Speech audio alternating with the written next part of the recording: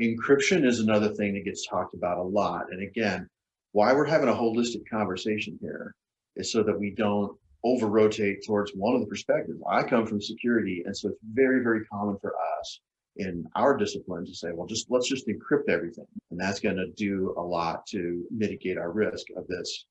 And so that's the classical perspective. Anywhere data is at rest in your system, just encrypt it.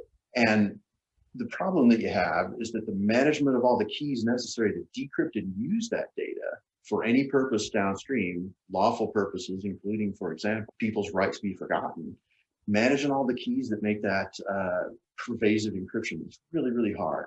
And it turns into a cumbersome process so quickly that many organizations don't wind up doing this. So a little more of a modern take on this: encrypt, but do it on the selective basis where you're threat modeling. Who are we up against? What are their capabilities? What are they interested in that I have? When you see a cost beneficial reason to do encryption, do it there. So just keep in mind as you make those decisions, the kind of attacks that encryption's effective against are mainly where people have physical access to your media.